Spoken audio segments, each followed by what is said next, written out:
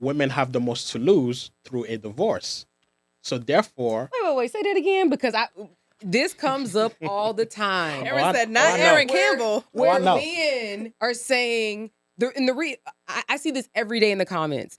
The reason why men are no longer seeking to get married in droves is because they believe that they have so much more to lose. It's not true. Am I wrong? You see this? I mean, not in the comments, but I've definitely. It's a general matter. Yeah, as a general matter. Rico? Any man with money, yes, he does. I don't care what clinical scientist has to say about that. Okay, but that's assuming we that know it's. No, we know this. Maybe Maybe if we take all men in general, because not again, 85% of this country does not make $100,000 a year, so I can understand. But if we taking people who make money, only 5% of women make over six figures. That's such a small but that's percentage of assuming the people, type though. of relationship I'm where a just man makes talking like to my a bracket. significantly amount more than a I'm talking to woman. my bracket. And we're not all also only relationships. talking about money. There's way more to lose than just What about money. the custody? Business. So The kids. when a man or woman get divorced, in most cases, the women tend to have a higher rate of custody of the children, right? Which is unfortunate. So that means that at any time she wants to go out, have some alone time, or go on vacation, and etc., she got to figure out what babysitting looks like. It's very, very easy for the partner that doesn't have the majority of the custody to just say, "Yo, I can make it today." bullshit. Right? That happens. Hold on. There's more. There's more. He's a new dad. I'm a real dad, I'm a not new a new dad, dad. Oh. Yeah, 2 kids, 2 under 2. Do not recommend. Oh wow. Right? And also again, like having the children primarily with you requires that you are being more thoughtful about your schedule, where you could go to, and all of the responsibilities that requires. Secondly, your social circle and your support network tend to shame single moms. We've seen it all over social media. It's their main attack. You're a single mom, so something is wrong with you. Third, finances, your favorite subject. Men make on average 6 times more money than women. So that means this divorced woman has less income and more responsibilities when you tie in with the children. So on average, women have a lot more to lose socially, financially, and in terms of responsibility when it comes to males.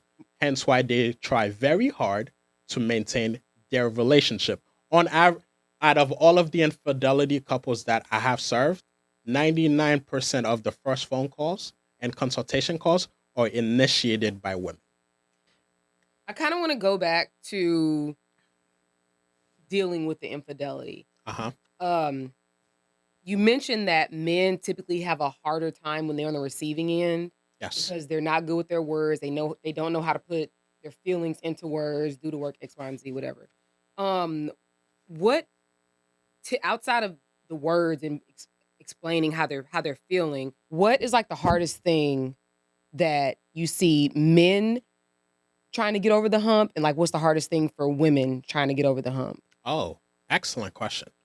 So I would say that the one of the biggest hurdle that men are having and are trying to work through is having the vocabulary to express themselves, right? Because a lot of 96% of the time, the way you start a conversation is exactly how it's going to end. So there's a difference between saying you're selfish versus, hey babe, lately I've been feeling neglected and unwanted. You're saying the same thing, but you need the right words and the feeling words because that's what your partner can identify. So if I'm saying you never and you always, that's me attacking you, and you're automatically going to defend yourself. So what I have found is that a lot of men are learning the vocabulary and as well as the skill and the science needed to properly express themselves. Now, in return, there is a lot of work also being done on their female partners to learn how to listen, right? But it's easier to listen when emotional words and feelings are being used in personal attacks. Mhm. It is not the receiver's responsibility to try to decipher what you're trying to say. Me saying you're selfish and I'm doing it from a space of love and I'm criticizing you and you're just supposed to not take it personal, that's impossible. We really need to stop utilizing these concepts that are not realistic and start to look at human nature and the impact of what we're doing, right? So it's very important to start a conversation properly, to label your feelings so that your partner has a sense and a time to understand. But here's the step that everybody miss. If we're together, right? And I just told you that I've been feeling neglected, unwanted, and that's really hurting my confidence and security in the relationship. How should you respond to that? I think my question would be, would it? I think my question, no, Alan. I think my question would be like, what exactly am I doing to make you feel that way? That's excellent, but not the right answer. So when somebody express themselves to you and have a complaint, the first thing you do is summarize. What I heard you say is that lately you have not been feeling wanted and desired in this relationship, and my lack of presence and words of affirmation have made you feel neglected. First step. Second step is I'm going to validate you to make sure that you feel understood prior to responding to you. I can understand what it feels like to be neglected and unwanted. I could I could clearly see how that is detrimental to the relationship and how that would affect the way that you view yourself and exactly the way that you feel in this relationship in terms of safety and security. Mac, does that take some form of emotional maturity, some emotional very beautiful. intelligence? So I have one more step. I had Never a- had I have that. one more step. I had a question I for have this. one more step. Like, So in real can I life. do the Never final had step? kind Yeah, of- you I can need definitely- different This women. ain't do TV, Can I Mac. do the final step? You can mean, definitely it do the sounds- final step. Yes. Yeah. So the third step is: do you feel understood? You asking me? Yeah. No, he's saying After summarizing After and those I 2 steps. validated, I'm Uh-huh. going to ask you: do you feel understood? yeah. Because Oh. I cannot respond until you felt heard.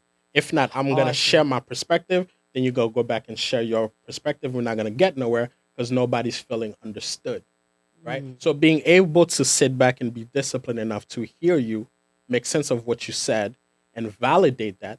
And validation does not mean that you agree. Validation means I understand. Conflict does not apply to agreement because we can see the same thing, have the same experience, but have two different perspectives of it. So it's true for me because it's subjective to me.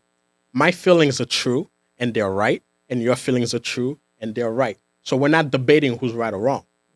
So that's why the validation and the understanding is needed before we can even proceed to have a conversation. So those are the 3 steps that most people are not aware of.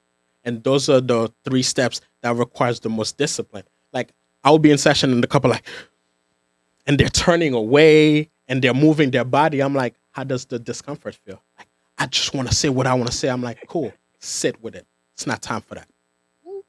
Because that's what you need to create a masterful relationship. Not a mediocre, a masterful relationship. Damn. I hope y'all gonna bullet point these on the. I hope on so the too, slate. because honestly, there's a I lot would have been of like, what you just emotional say? regulation. Yeah. Matt, can you talk because that takes a lot of emotional regulation, not even just the emotional intelligence and maturity to get to that point, but to be able to get to the point where because our natural reaction is to get into defense mode. It is a natural human Once you're reaction. attacked. Yeah, because when you're in a relationship, right, and your partner comes to you with something that is like, I'm dissatisfied or I'm angry or I'm upset, But right? that's not critical. But even but even you if it you isn't get in the defensive. defense, So how do you get your clients to get to the point where they can regulate some of those emotions? Okay. So I think that we're having a misconception of what defensiveness looks like. If I attack you, you're gonna defend yourself. If I'm criticizing you, you're gonna defend yourself. So me saying you're selfish, you don't care about us, you don't care about this family, it's going to force you to defend yourself because that's the human reaction to being criticized. But if I'm saying I feel neglected and undesired, I'm not attacking you. So your need to defend yourself is not as high as the previous statement. but still there though. That's not necessarily Some true. of it is there, but not to the same degree that you feel like you want to tell me that I'm wrong. Wait, time out. Because every man is gonna tell you, listen, we've been in relationships that we've went about this way, and even even it got to a point in my personal life, previous relationship, where I was like, yo, you know what? How I try to speak to this person, they don't receive it. I called my best friend. I said, yo, you already know what's going on. You know the situation. You might be able to say things differently than me, right? And we can say things differently with no attacking, no you words, no direct words. Everything is going to be on my end. And it still can be taken as an attack. Don't tell me, show me. So make so a statement right now. So what I'm saying is, wait, No, I'm here. I got you. breathe. So let's say if I said I felt neglected, I felt you didn't, or I felt I was not being heard in the Yes. conversation that X, Y, and Z happened. And the first thing that always happens is, so you're saying, Yeah, so you're saying I don't understand you? correct. And then and what I'm trying to say is now with what Marie is saying is it's not emotional regulation on one side. It's emotional regulation on both sides. Because I can do all the practice that I want. I could use all the proper precautionary words and vocabulary. But if the person still deems it as an attack, and I'm not gonna lie, I feel like I say a lot of things and people say a lot of things and women hear only one part of it and then turn it to a whole nother thing. And always my first question is that what you got from what I said? And then we try to unpack the whole thing. So Excellent. the emotional regulation is not always on the guy's side. Agreed. And I think that that's one thing that we have to be understood, because in my notes that I've taken, He was down there. I heard scribbling. a lot of things and I'm like, whoa. So one of the key things that you said was feeling words, right? Yes, sir. And my issue with feeling words is usually, first of all, people know how I feel about the word feelings. You know, usually the feelings are derived, basically a social construct of what you should feel or how you should take certain things that are being said. It's all a social construct, which then becomes a one-sided thing. Because now if I say X, Y, and Z, whatever it may be, one woman can deem it this way, one woman can deem it that way, and now I'm literally the person trying to figure out, how do I speak to this person? And sometimes it doesn't matter how you speak to a person, whether or not, it doesn't matter how you speak to a person, because whether or not, whichever avenue you go, they cannot receive it the way that it needs to be received. Good point. Good point. And that's why it's called couples therapy, right? Not only am I coaching you how to identify your feelings and how to express yourself, but I'm also instructing your partner on the proper way to respond, right? Because that's not Yeah, natural to us, Yeah. right? It's not natural. It's not natural hearing how my behaviors impacted you. I automatically want to say, no, that's not true, because from my perspective, it's not true. But we're not speaking of agreement, right? So a lot of couples tend to get stuck on the validation because they're arguing agreement. So you're right. You can try your best and be the best communicator in the world, right? And label and do all of the steps that I said at first. But if your partner doesn't learn how to listen and how to respond, then it's not going to be effective. Hence the term couples therapy. All of the partners in the relationship must be present, because the knowledge and the skill must be applied to everyone. And I say that, and I'm so glad you said that. So I say all of this and bring in full circle, because one of the things that was mentioned was that men don't, and it's not verbatim, but Mhm. men have the hardest time, being vocal with women. And I said this on a previous podcast. It's really not that. The real thing is we're vocal, but not in the way that they're able to digest it. To decipher. Yeah, decipher, receive, and execute. And I feel like that's unfair, because for a long time we weren't able to understand women. In fact, I don't even think men understand women right now, right? So nobody understands each other. So when it comes to being able to communicate and receive it, and what was the word that you used instead of receive? Validate. No, Decipher. decipher. Decipher. Decipher what's actually being said per person.